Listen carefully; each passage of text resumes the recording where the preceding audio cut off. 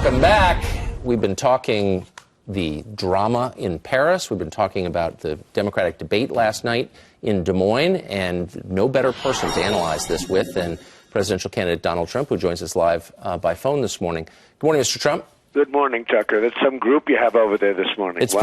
pretty impressive. So you heard the Very Democratic eclectic. candidates. You heard the Democrats last night say America has, quote, a moral obligation to let in refugees from Syria. What do you think of that? Well, if they want to continue being fools, I think they should do it because, that's what we have been over the last long period of time. We're constantly doing the wrong thing. We don't know anything about these people. We don't know where they come from. I see that one of the bombers, one of the folks over that just was killed was also from Syria and just migrated over to the area. We're going to take 65,000. I've actually heard 250,000, Tucker. I've heard a lot more than 65. They were discussing 65 last night during the debate, but I've heard they're talking about 250,000. I think we're just absolutely crazy. Well, I mean, you've said this first, and you were the first one to point this out. You said you're looking at the footage, and you expect to see refugees, women and children, and you're seeing strong men in prime fighting years, 20s and 30s. Where are they running from? That's right, Brian. I said it on your show, and the next day everybody was saying it. It was very interesting. I saw the migration, and I said, it's really strange. I said to my wife, I was watching it, and I said, there's so many men, and they're strong-looking men. Why aren't they fighting? Why aren't they back and trying to take over their country or doing whatever they're supposed to be doing? But there were so many strong-looking men, and there were so few women and so few children.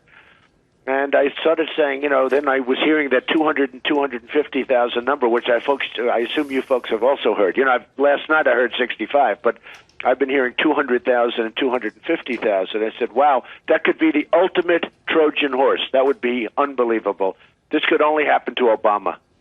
Well, that's the problem. Good morning, Donald. Thanks for being with Hi, us. Kimberly. Yes, nice to have you on the show. So when I was listening last night to the Democratic debate, it really seems that there are some clear choices for the voters. You have Hillary Clinton, who is an extension of Barack Obama's failed foreign policy, afraid to even call it radical Islam, saying that it's not the biggest threat. As if you were president, it's President Trump, what would you do? How would you handle this? Well, you have Obama that refuses to use the term. It's incredible. He refuses to use it. Now, I wonder if that changes as of yesterday, but he refuses to even define what it is. And tough to win when you have a thing like that. Then you have the thing that got me two things was that Hillary sort of backed away from Wall Street. Look, I'm from New York. I know Hillary. I know everybody. Hillary is owned by Wall Street. She always has been. Mm-hmm. She's totally owned by Wall Street. And I was sort of laughing to myself last night as she was backing away, saying she helped them at September 11th. That was, how she got to know Wall Street. I just got to know him during September 11th because she helped him so much. No, she didn't help him so much. No, she's been owned by Wall Street from day one, and everybody knows it. So I smiled at that one. But the other one that was amazing was global warming caused the problem yesterday. That was from Bernie Sanders. Yeah, that was that was a rather amazing. In fact, I sort of turned it on at that point. And I heard that. That was my first statement, and I said, whoa, there must be something else. And you got to tweet. And that's what Donald Trump, when you run for president, you got to sit there on a Saturday night and try to find, number one, the debate, find three people that want to watch it with you, and then be able to take some notes and tweet about it. And O'Malley, of course, was the mayor of Baltimore. Okay, now what's he doing up there? He's got a lot of nerve. You called him a clown. You tweeted out he's a clown. In what way? Well, he is. He's never been a respected guy, and he was not a good mayor. The mayor, as a mayor of Baltimore, take a look at Baltimore. Okay, I guess obviously he could have done too good a job, even though it was a little while ago. And he was the governor of a state that has nothing but problems, and they have had a lot of problems in Maryland. Right. Hard place to do business. I do business all over. Yeah. And I have a lot of stuff in Virginia right next door. You go to Maryland, hard place to do business, really hard. So let's say you're the president right now. Paris gets attacked by ISIS. How do you respond? What do you do? Well, what you have to do is you have to toughen up. Look, I was never in favor of the war of Iraq. You know that because I've been saying it to you folks for years, from 2003. I mean, it was a mistake. We destabilized and all of that. Well, that's done. Then Obama came in and he did a terrible ending because by letting everybody go out, he just gave it to everybody else. And now we have to do something different, I have to say. We have to go in. We have to knock the hell out of these people. And we have to do it with others also. We can't always be the only one doing it. This was Paris attack. The French, I think they're fully engaged. I really do believe. But, and we'll see, because, a lot of times they aren't so engaged. but right now they're fully engaged. We have to get the Kurds involved. You know, the one thing that seems to be a constant, and the one group that seems to really fight over there and want to fight and almost enjoy fighting are the Kurds. And with all of the different groups, the one group you saw last night, they cut off the roads, they took the city. They're very good. No, they're really fighters. And, you know, they're the ones we treat the worst. We don't give them anything. They have to take their own weapons. It's crazy. We give them less than anybody. We're backing people to go after Assad, who's a bad guy, but the people we're backing, we're giving them hundreds of millions of dollars worth of equipment, and we don't even know who they are. So Donald Trump, you would say there's a little bit of a change. You said let's let Russia knock out ISIS, but you know they're not doing that. They're just going after some rebels.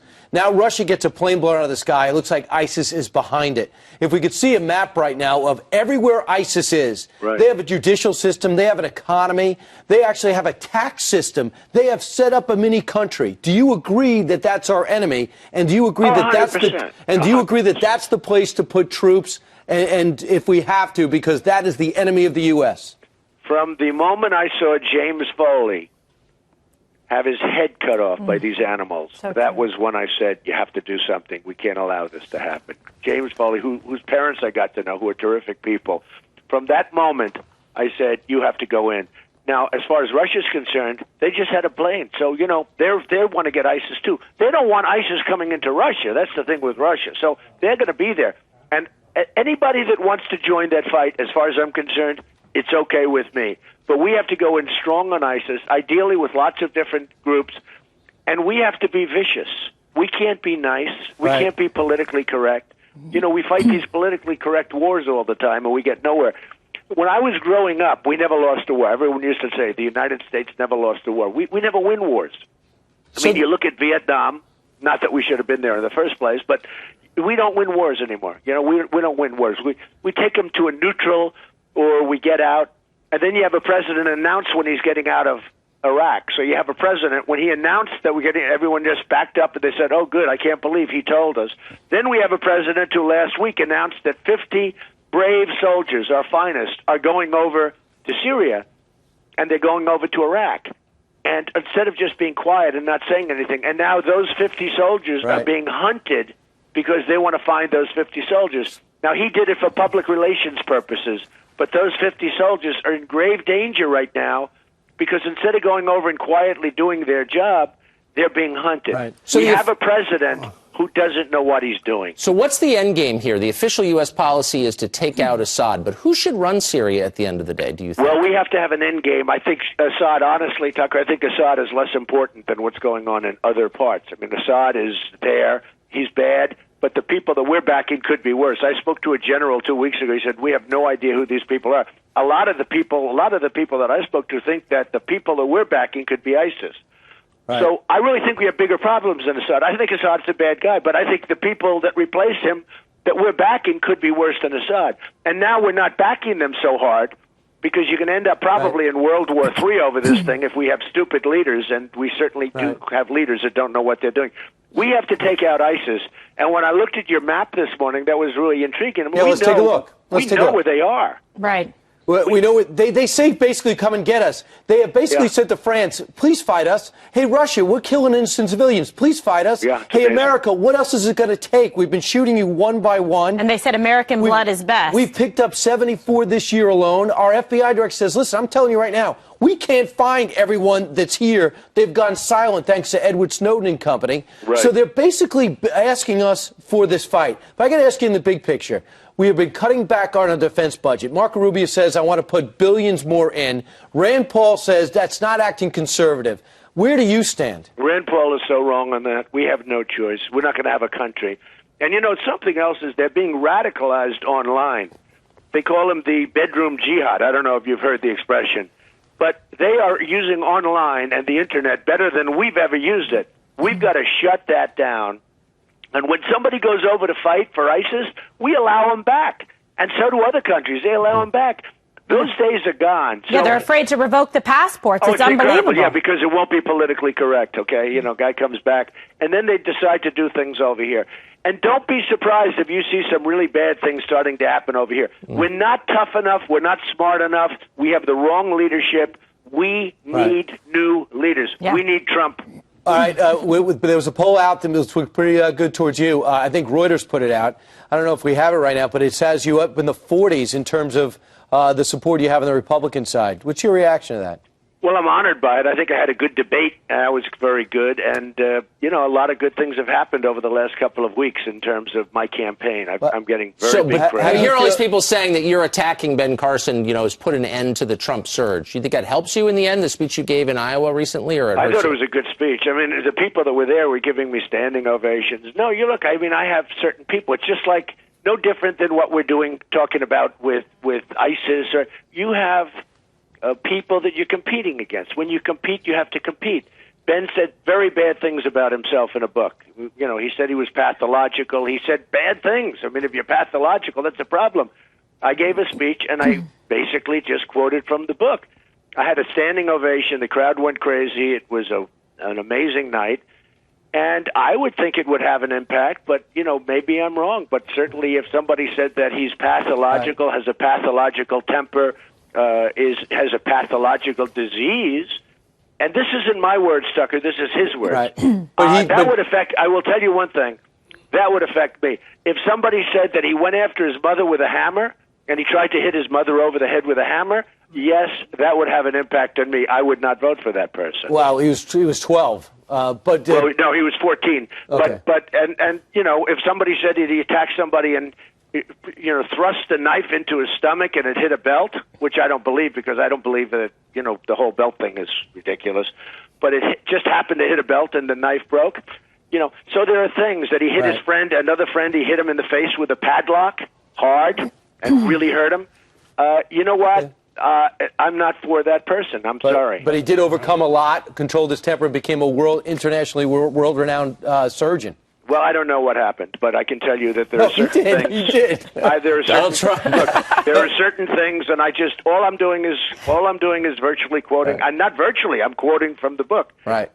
And he wrote the book. I didn't write it. Well, by the way, Ann Coulter said that in the light of these horrific terror attacks in Paris, so that just guaranteed that Donald Trump becomes president of the United States. You get the nomination.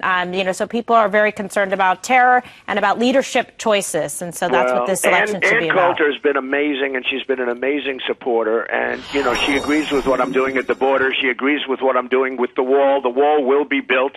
And now everyone's saying that didn't agree with the wall. Now they're all saying, you're right about the wall, build the wall, build the wall.